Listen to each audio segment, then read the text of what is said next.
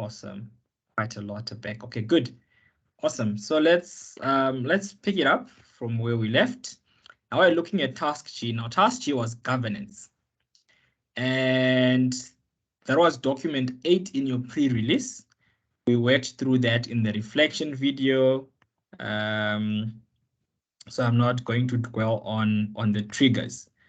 But I want to talk about the task, because the task was asking you to draft an email to Susan Swanda in response to an email on the 3 confidential issues. Now, what does this mean, guys? What does this mean? On the 3 confidential issues, what comes to mind when you see that?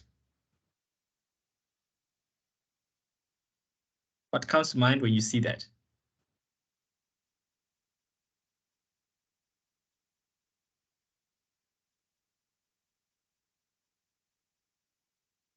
HK says ethics. What about the ethics, HK?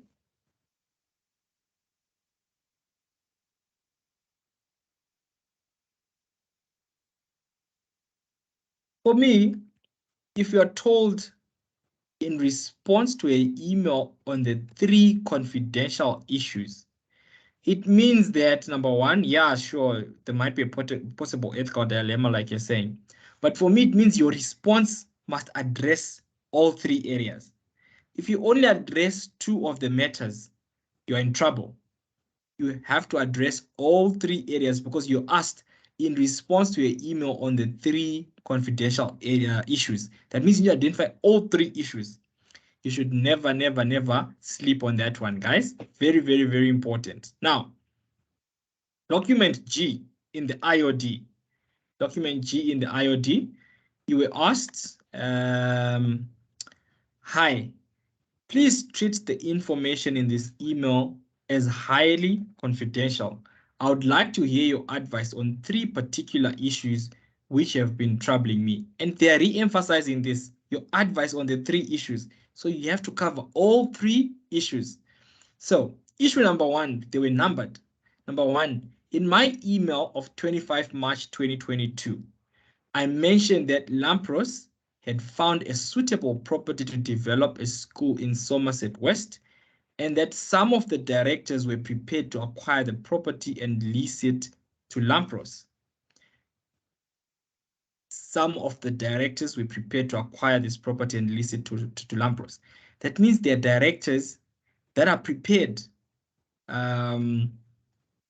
to perhaps gain an advantage from this, from the operations of the company. And already you must be thinking, hold on, there could be breach of fiduciary duties. And what does that mean? We're looking at Section 76 of the Companies Act.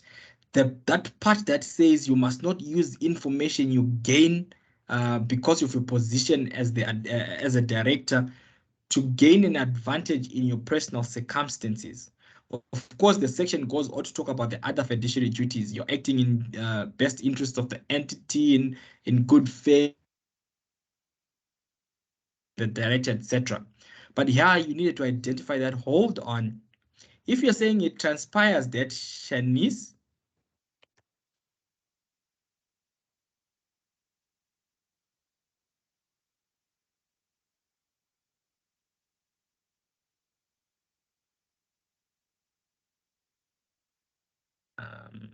sorry guys, my network dropped a little bit.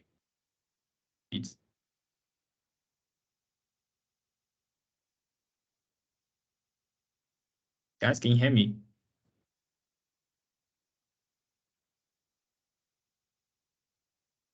Okay, what was the last thing you heard, Soini? Shanice. Okay, so Shanice and Rose in this instance, they used this information, right? So let's see. It transpires that Shanice Tutu and Rose Williams have formed a new company called Somerset. So they formed a new company, right? And what does Somerset do? In which they own 50% of the shares in issue. So they've colluded. SS68 acquired the aforementioned property earlier this week for 18 million rand, and funded the acquisition by obtaining a long-term loan from ZIT Services Pty Limited. Shanice was very excited when the information, when he informed me of these arrangements and stated that he would like Lampros to action entering into a long-term lease agreement with SS68 and start building a school in Somerset West as soon as possible. ZIT is a key supplier of the Lampros Group providing security. Okay, hold on. So you were then asked, what are your thoughts about the above arrangements? Right. So now this is worrying because these two directors have used their knowledge, they are gaining in their own personal capacity, because they know that the strategy of the company is to expand in Somerset West, and they acquired the property for which Lampros intends to build the school. So that becomes a way of them knowing into the strategy and tapping into the organization's strategy. Now, although they could mean good by helping the company, it does not take away the fact that they are actually benefiting personally. And this decision of leasing out has not been taken. So when that decision comes, Section 75 will have to be complied with, personal financial interests of directors. So that is something that would need to be complied with. Shanice and Rose will have to excuse themselves. And I'm even more worried about audit committee meetings because Rose chairs the audit committee. And if this matter is on the agenda, Rose should be able to recuse herself.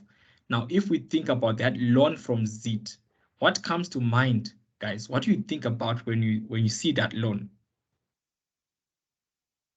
You actually want to know whether ZIT actually provides loans in the ordinary course of business,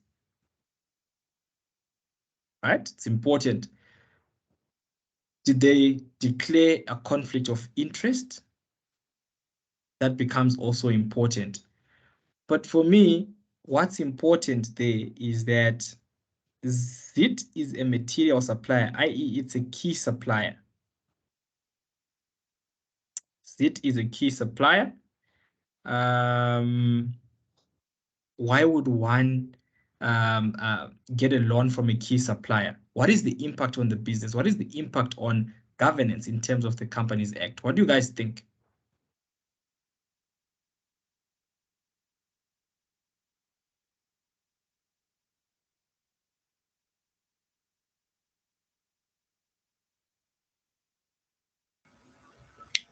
It seems questionable, Kumu, because a supplier that provides security, cleaning, and building maintenance. So are they in security, cleaning, and building and loan provision, or what? Are they a financial institution, or is it a way of hiding under this company? Right? So are there any conflicts of interest there? Is business being genuinely conducted here? Is there some sort of negligence here? It becomes very important. What else comes to mind, guys?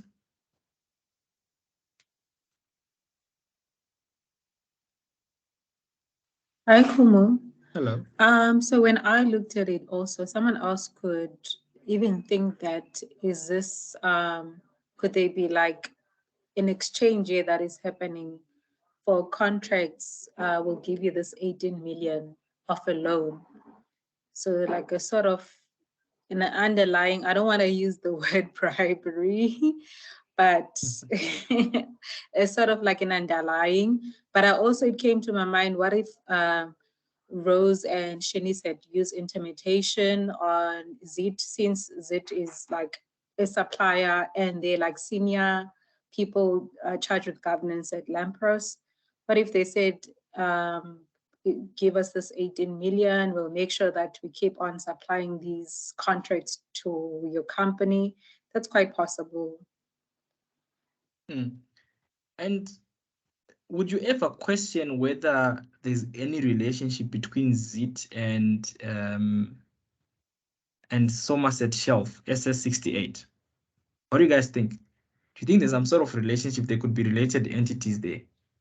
Yeah, Or would you because rather question it? well, for me, I thought about how did they decide to choose ZIT out of all the suppliers they have? What made them to go to ZIT?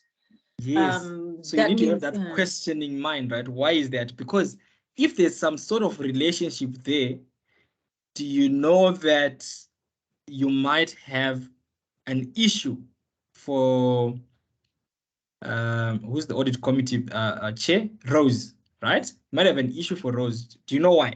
Because section 94,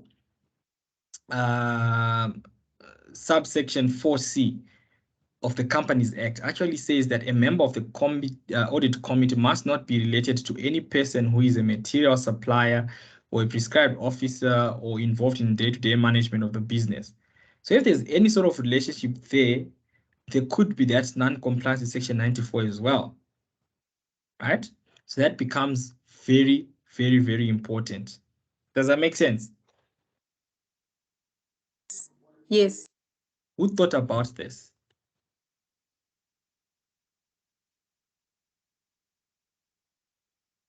Or have you ever heard of it? Section 94. Or you just know what needs to be reported by the audit committee because of section 94.7. You okay there, guys? Kumo, Yes.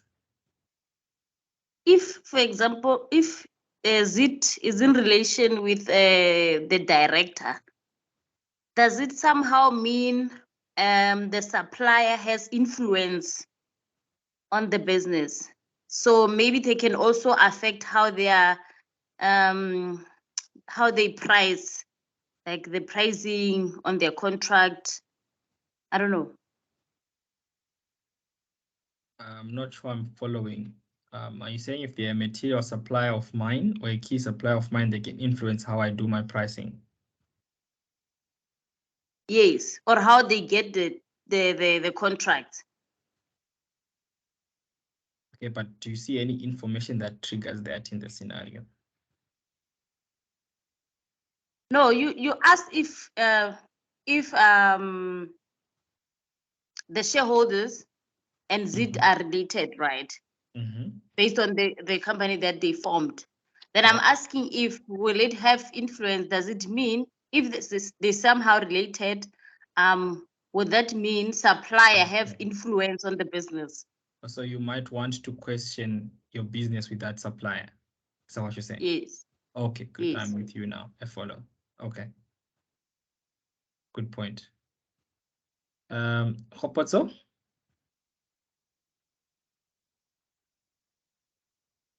You're speaking on mute, Hopotso.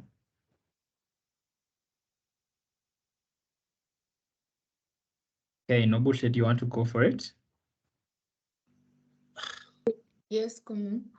I understand that we have raised like our concerns in terms of number one, right? So, but then now the question is that we need to advise Susan me on these issues. Now I'm just wondering, like, when you advise Susan, like, how are we going to do this? Because now it seems like we have only outlined like the problems that comes out from the issues that Susan has communicated with us. No, so the task is asking you to respond to Susan's email on the 3 confidential issues. So the email on issue 1, Susan is basically asking you, what are your thoughts about the above arrangements? She's not saying advise me. Okay, it's just that I saw the first line, the heading, they say I would like your advice on the 3 meters, but I see the specific request. So your thoughts would be, this is because, and this would be the implications. That's basically that advice. Does that make sense? Can you please repeat that? I would like your advice on the particular issues, on 3 particular issues which have been troubling me. Then they zoom in and say, number 1, these are the issues. What are your thoughts about the above arrangements? That's the specific question, and that's what you need to deal with. Are you with me? Mm-hmm. So the specific question is, what are your thoughts about the above arrangements? And then if you go to 2, it says, what do you think I should do about this situation? Do you see that it's specific? If you go to 3, where's 3? At the bottom. If you were the chairperson. Yes, there we go. of this If you were the chairperson of Lampros, how would you? So that's the advice they're looking for. So it's 3 situations. So in the 3 situations, the first one, she's just asking, what are your thoughts about the above arrangements? And that's what we addressed. Does that make sense? So remember Yes. that advice, they're not saying just advise me in general. They're saying I need your advice on 3 things. Number 1, I need to hear what your thoughts are about above the arrangements in 1. Then number 2, I want you to do the following. So you need to break it down. Does that make sense? Yes, yes, it does. Okay, awesome. Okay, Hoposo, do you want to try again now? Yes. So I wanted to ask, because I think on the issue number 1, we have more of an ethic issue. So I wanted to, because I think we're mentioning more of the negatives or the bad things, and we're supposed to address both the good and bad in terms of ethics, because number 1 is more of ethical issue. So, and we are focusing more on the negatives, because we are saying the revenue, section 94, section 76, and so on. Probably even came for probably is gonna kick in. So we are more on the negatives more than the positives. I'm supposed to be balancing the 2, even though we might go into negative side, but we also need to focus on the positive. It's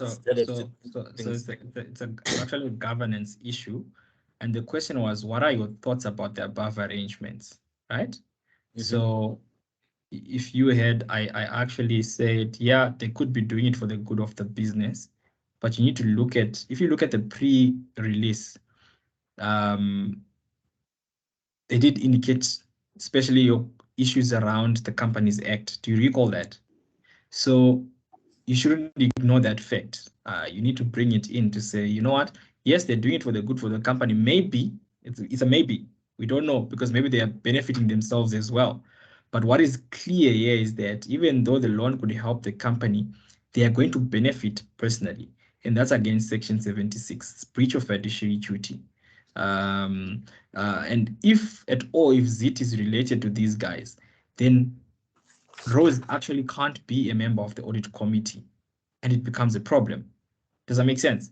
So you need to be able to raise those issues, those thoughts, and not just say, I want to look for the positives only. If it's not there, it's not there. Are you with me? Yeah, I'm with you. Yes, I'm following. Okay, cool. Because the only positive I could find is, well, although this could be done for the good of the company, it's possible that they're doing it for the good of the company. I don't see any other positive there. I'm not sure. Maybe saying they might charge a lower fee in terms of if they want to list the building to us, because. But now it becomes an issue, because remember, all related party transactions must be at arm's length. Okay, nice. Okay, I see that. Okay. Becomes an issue. So you need to be careful about those things when you say them. Zizipo? Oh, thank you, Kumo. Just a quick question, right? So on the PRI, there was an issue that was raised about the banks not wanting to fund this whole initiative, right? And then they cited their reasons that it's COVID and that there's parents, it just doesn't seem feasible for them. So then I think at that point, we had a question as to whether the director's been keen to fund this project, but then it doesn't seem like it's a good idea. Doesn't it indicate the lack of fiduciary, or the lack of exercising fiduciary duty? And then would it now that kind of like indicate some reckless trading there and there, or is it like, are we stretching it a bit when we like indicating that? So you talked about 2 very different concepts. You first talked about fiduciary duties, which is section 76, standards of directors' conduct. So are they Yes. acting in the best interest of the entity? Are they acting with due diligence and skill at the levels expected of them as directors, right? Then you brought in this concept of reckless trading, which you need to be very careful about, right? Because reckless trading is specific. It's either you are trading with gross negligence or you are trading with intent to defraud somebody.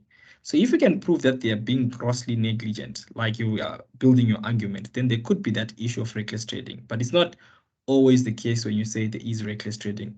Sometimes when you want to talk about that, you actually want to be talking about fiduciary duty. Hence, you mix the terms. Did you see that? Okay.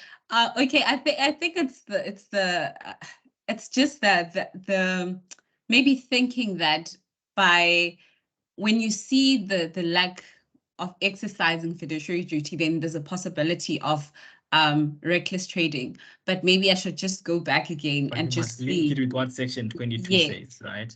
Are they being grossly negligent by doing that? If you can say yes, then you might end up in that scenario. So, or are they intending to defraud somebody? Does that make sense? Yeah, it does make sense. Okay.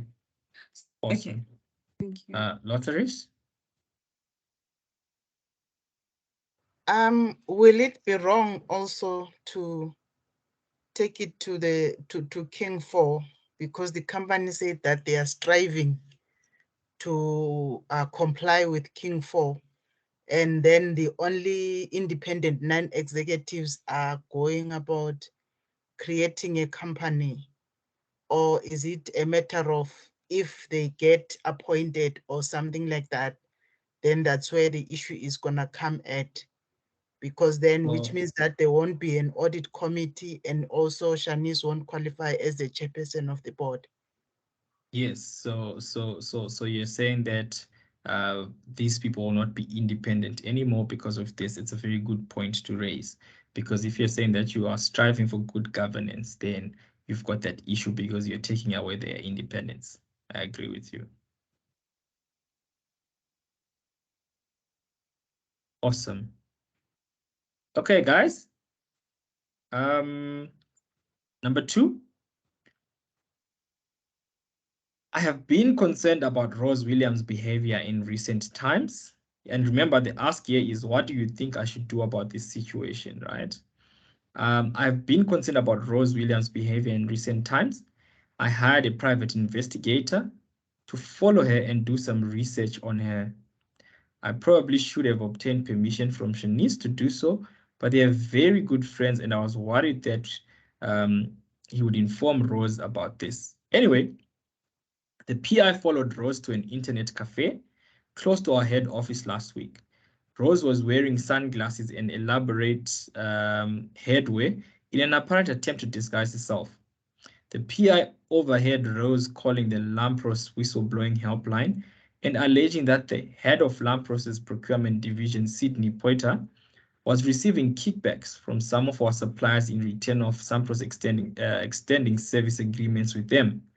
I know that all calls to the Lampros whistleblowing helpline are recorded and stored securely for an indefinite period, so we should be able to prove that Rose made the call if we used voice recognition software. I was horrified at the suggestion that Sydney would take bribes from our suppliers, as he has always acted with the utmost integrity in the office. Sydney is deeply principled, making it highly unlikely that he would do anything illegal. I'm not sure what to do with this information about Rose. If I disclosed how I obtained the information, I could be in big trouble. What do you think I should do about the situation? Now, what do you guys think? What do you think about this? I want to hear from you. What do you think about this?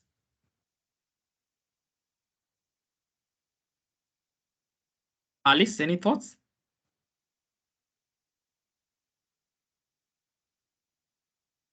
Gabriel? Yeah, talk to me, Alice. Hi, Kumu. How's it, Ali? Good. First of all, I think hiring a private investigator, I think it's more extreme. It's an extreme measure compared to anything else. So at first, maybe advise that maybe hiring an investigator was not appropriate. Maybe something else should have been done. Yeah, but you see what you're doing now. Maybe something else should have been done. For you to get to a C, you need to say, what is it that she could have done better? Okay, right? Sure, thanks. Very important. HK?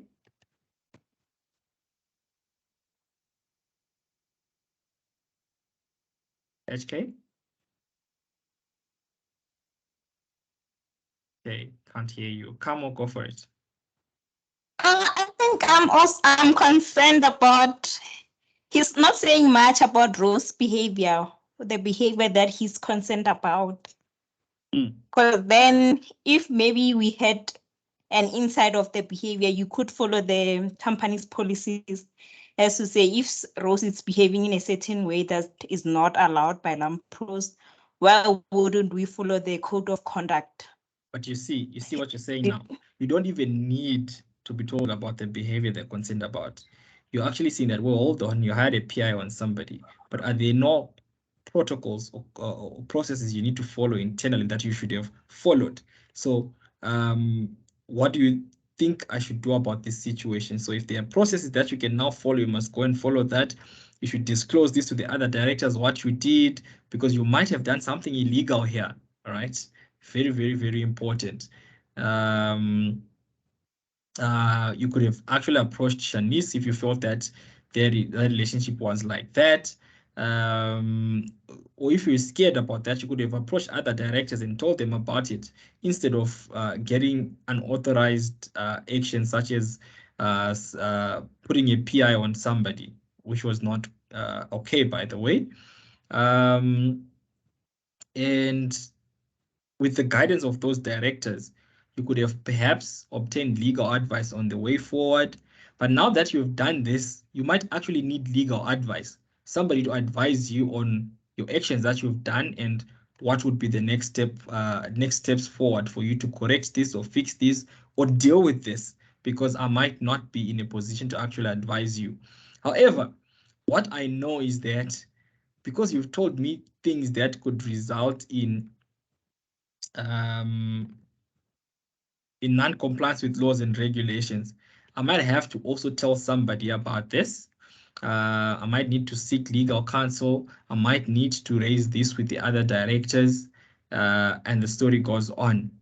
And also, if we look at the whistleblowing issue, right, that line is supposed to be independent. That information is supposed to be guarded, right? You can't just say I'm picking it up now. I want to do voice recognition, etc. They need to be independently reviewed by somebody else, whether it's a contracted service provider, whether it's internal audit. I don't know what the case may be. Whether it's the audit committee chair. In this case, which is impossible because I'm the audit committee chair here.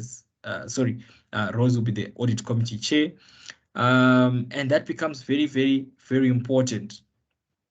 So here you are just going to tell this person that your actions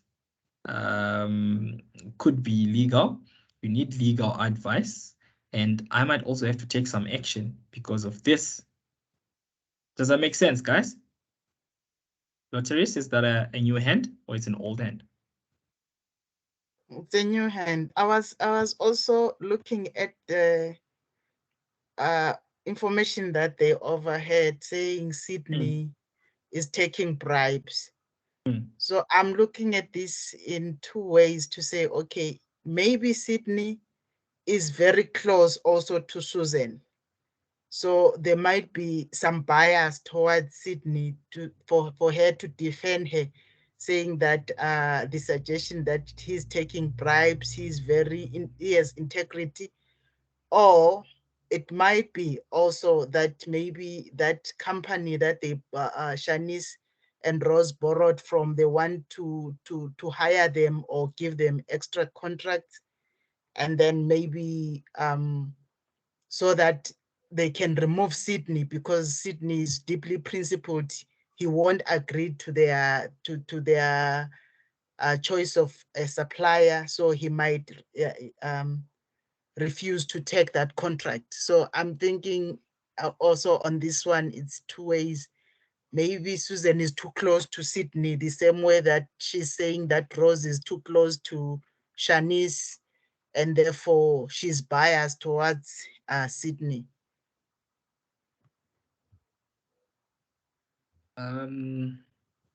I think the better way of saying it is that, you know, everyone needs to be treated the same. So these reports must be investigated. So if you're saying that there was an alleging like that, then it needs to be properly investigated by the relevant parties, right? Regardless of your views, anyone's personal views, the whistleblowing report needs to be investigated. And that's where we will know what the issue is. Does that make sense? And then how is she going to report this, because she obtained the information? No, but remember, because it went through, you are told that they call the whistleblowing helpline. So anything that goes through the whistleblowing helpline is actually investigated. Does that make sense? Yeah, but doesn't on get her lost. side, how is she gonna say investigate this because she obtained it illegally? Now she can't say investigate this, but now she needs to go and come clean to the other directors actually to say, guys, this is what I did, you know? And she might need legal advice, or they might need legal advice. Can't recall who was this. Yes, might need legal advice, right? You're actually telling this person, go and seek legal advice on how you approach and fix this, because you've done something that is very legal. Are you with me?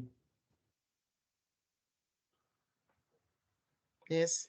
It's not about them having to report what they found out illegally. It's about how they fix their illegality first, and then how that matter should be dealt with should follow the processes that the matter should follow. Then Angie is asking, for ethics questions, Kumu, since they are not triggered, does it mean you have to revise Companies Act CPC King 4 to be able to pick issues? But it's a lot of information that what will be the technique? Well, it's you need to be comfortable with your technical work when it comes to ethics, right? There is no other way. It's stuff that you should already know. Technical aspects in terms of the Companies Act and things like that, if they're going to test it in detail and it's not ethics related, most probably it's going to be triggered, right? But when it comes to ethics, like your pure ethics stuff, it's something that you should know. You don't even have to study for it. It's something that should be sitting with you already.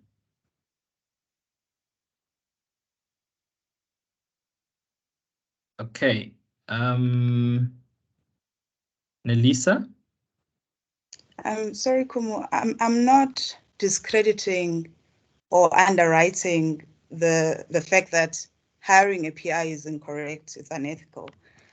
But what I'm trying to get away from is you saying that this information was obtained illegally, because if you think about it, whether the PI was there or not, Rose was still going to call the helpline. I mean, the whistleblowing helpline, irrespective. So I don't see how the two are connected, because it just, no. Even if she had not been followed, she was still going to go to that coffee shop and make the call. Okay, so you need to make the distinction between the issues. You've got an issue of somebody setting a PI on somebody, which is not right. Whether there was a phone call on the whistleblower line or whatever. And number two, now you know this because your PI told you this. But because the issue is going on the fraud hotline, that is investigated by following the proper matters. It's not something that you then have a preconceived idea or conclusion on. So that is not for you to judge, but that process must be followed because it is now on the hotline and somebody is going to investigate it, an external party, whatever the case may be. So you might miss out on credits in trying to justifying the ends here, right? When you're trying to justify the PI, it's a key issue that you're actually supposed to identify, an ethical issue that you need to identify, that setting unauthorized surveillance of somebody is not ethical. And you can't miss that. You have to criticize that. Does that make sense? Yes, it does. It's just that you connected the two to say it's as if the Oh, I lost you. You went on mute straight there. Sorry. Oh, sorry. No, I was just saying it's how you said it, that the two, I mean, the one is a result of the, I don't know if you're understanding me, because what I was saying is now that the information is on the.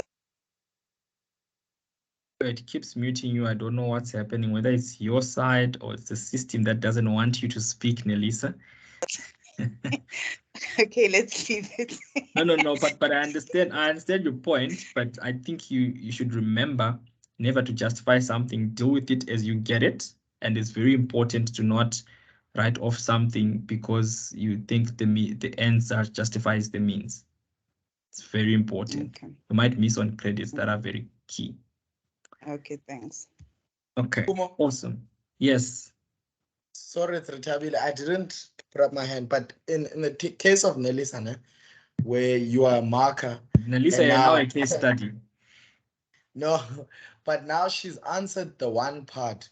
How would you then see this part? Because remember now there's 3 parts of the question. Now we're on part 2, but now she's seen that part as incidental, the first part of the following, and then she's addressed this matter. How would you then grade that person? So if the marking grid has got the point on the PI, the point on the hotline, and you don't address one of those, it means you're missing that credit and you'll be in trouble.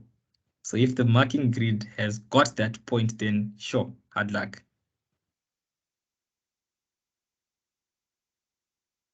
Okay. Awesome. Hi, Kumu. Hello. Hi. Okay, so my issue with this question was the tone of voice to use when answering this question, because I feel like it's very easy for you or for me to get very aggressive when answering this question. How would you go about it?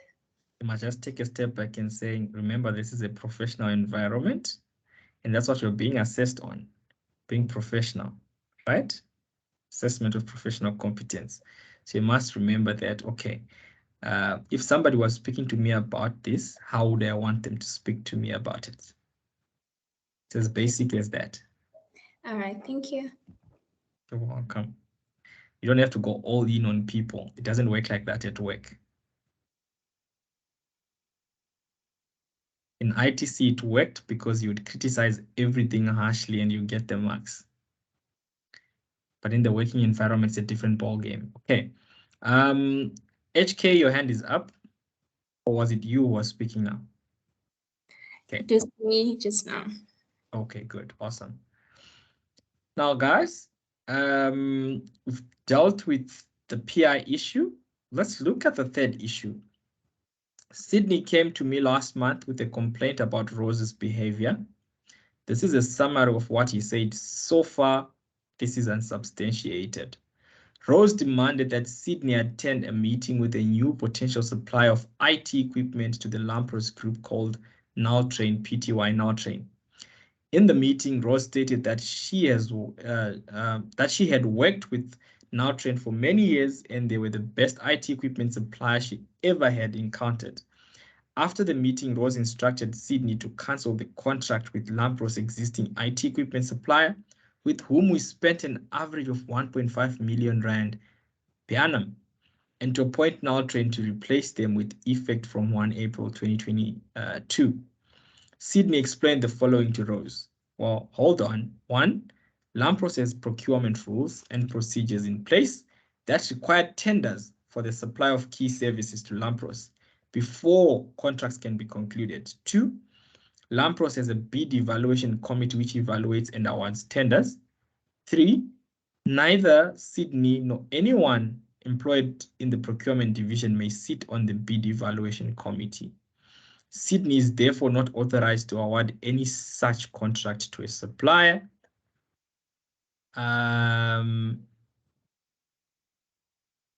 So what are the issues here?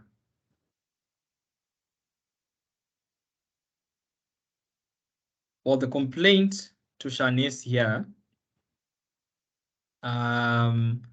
was on the basis that Rose wanted Sydney to disregard the company's procurement policies, right? It's a very serious allegation. It's not something small, right? Because this person is a director. So yeah, if I was Sydney, I would actually put my response in writing, right? And not just tell Shanice that, well, this is the issue, etc. I would have actually put it in writing. And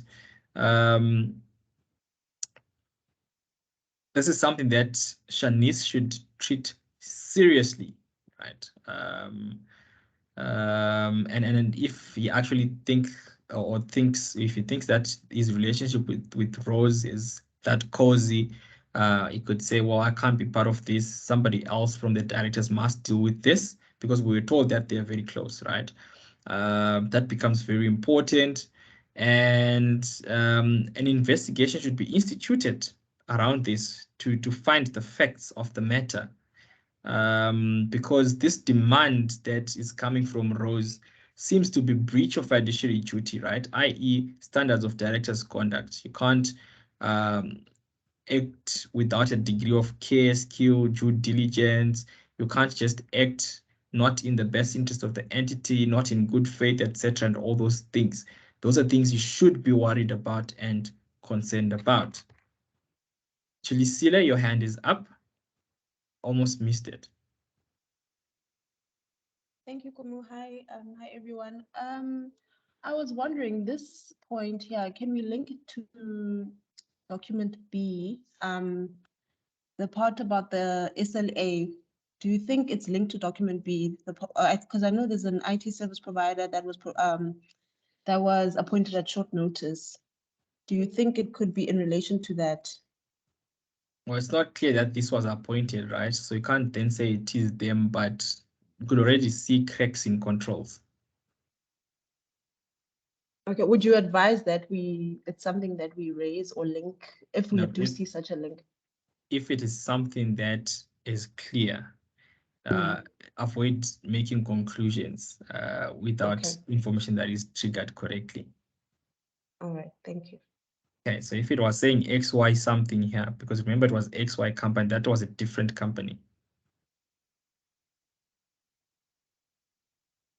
All right, awesome. HK?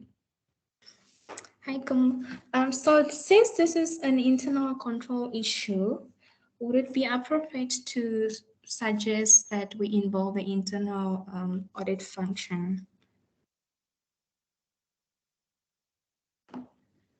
Yeah, but already this is at a director level and you want to raise the issue, right?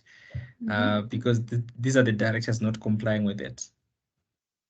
So it's past that. The directors need to deal with this issue because it's a very serious issue.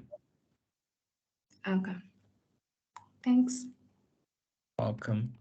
Now, I must add that as a chair of the bid evaluation committee, there are 3 other members, all from the finance division. I can confirm that at least 3 courts and the prior approval of this committee are required for all contracts or purchases with a net present value exceeding 100,000. Rose reacted angrily and accused Sydney of being grossly incompetent. Sydney reported the incident to Shanice. However, he has had no feedback about any actions that Lampros Board of Directors may have or take with regard to Rose's behavior. Sydney confided that he was very worried that he may lose his job since Rose is a non-executive director. With close ties to Shanice, Rose tends to be domineering and Sydney is generally intimidated by her.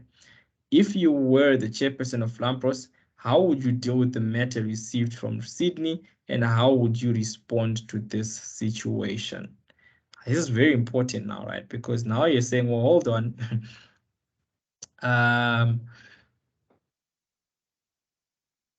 Rose is a non-executive director and should not be involved in operational decision-making at this point in time, right? So this is very, very, very serious. And could, in this case, Shanice be independent if he is in this scenario? And you need to say, actually, now I'm aware of these matters. And I think I've mentioned this before. I'm now aware of these matters. I need to consider my ethical responsibilities. I'm going to think about my section 260 of NOCLA, and the fact that you used the PI to spy on another director, right? Unfortunately, you can't keep this confidential because you've got responsibilities that are expected because of the profession, right?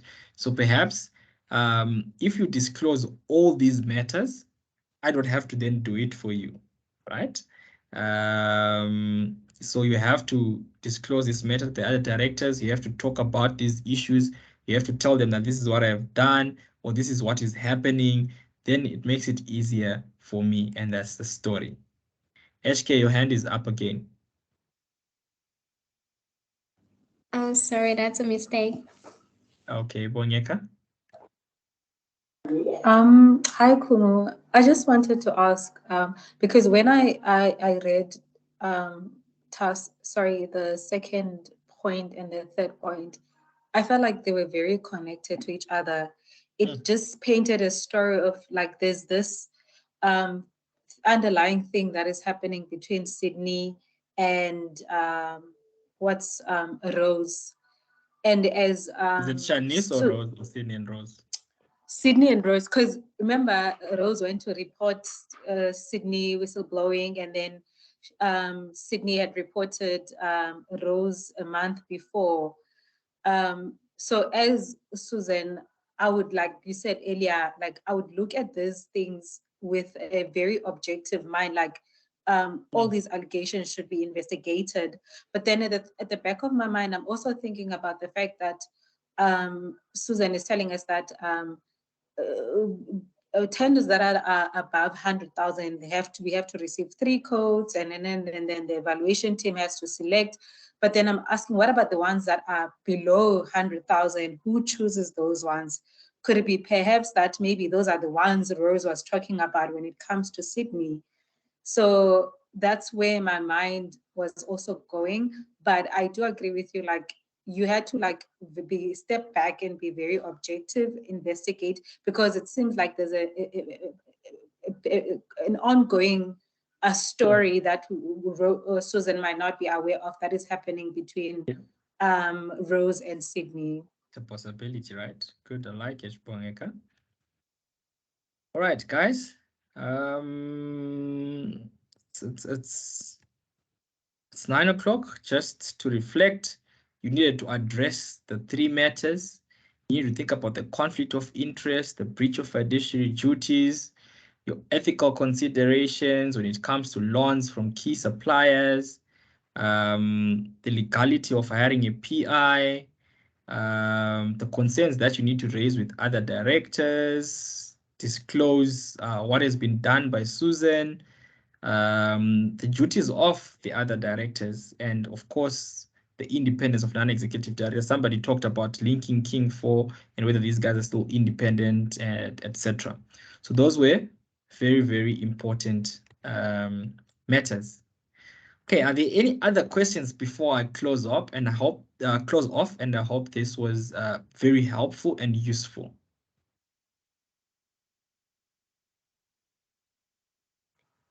Kumu, maybe you can help us out on answering your ethics questions. How should we go about it? Should we read the full email and then answer, or do we go by line item as if reviewing and then identifying any issues? So now remember, you need to read everything line by line.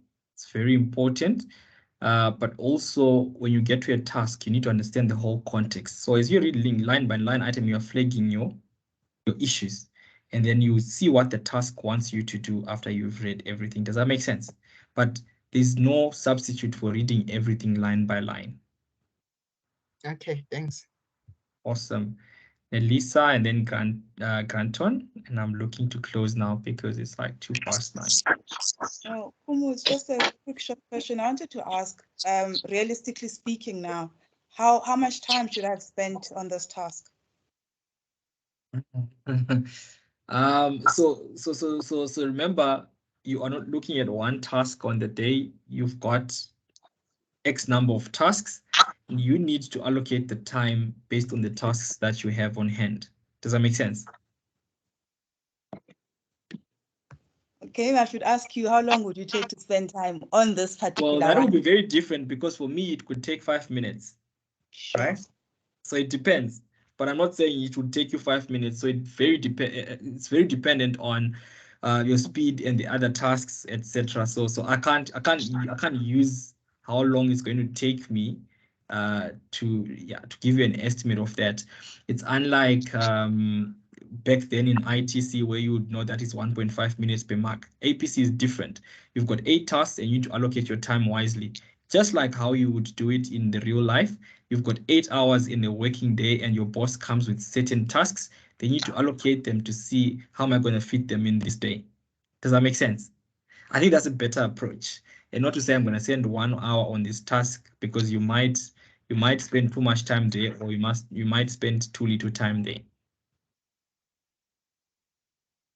So look at your tasks, look at what the task wants you to do, and not just base it on the time. Okay. Awesome, guys. I hope this is useful, and I wish you the very best when you write your APC. Somebody wanted to ask something before I close off. Kumu, Yes, Granton. before you go, I just wanted to ask, this was an ethics question. The CPC was triggered. The Companies Act was triggered. In a question like this, from a marker's perspective, or should we like quote the CPC or King No, Code or Companies Act? Yeah, so Or remember to always stay focused on what the task is asking you, right? Remember to stay focused on what the task is asking you, because sometimes you might go to town and write about the whole section in 260 when the idea is just to say, well, I've got an ethical responsibility to also tell somebody about this and not just be confidential, you know, as opposed to writing the whole CPC. Does that make sense? Yeah. So you need to Yes, be it does. you need to stay true to the task. You need to stay focused on what the task wants you to do, because that will determine the direction you go. Okay. Okay, Thank awesome. you. All right, awesome, guys. Lovely having a chat with you. Thank you for being very interactive. I prefer sessions that are interactive as opposed to me just coming here to say things. So I like that, and thank you for participating, and I wish you the very best.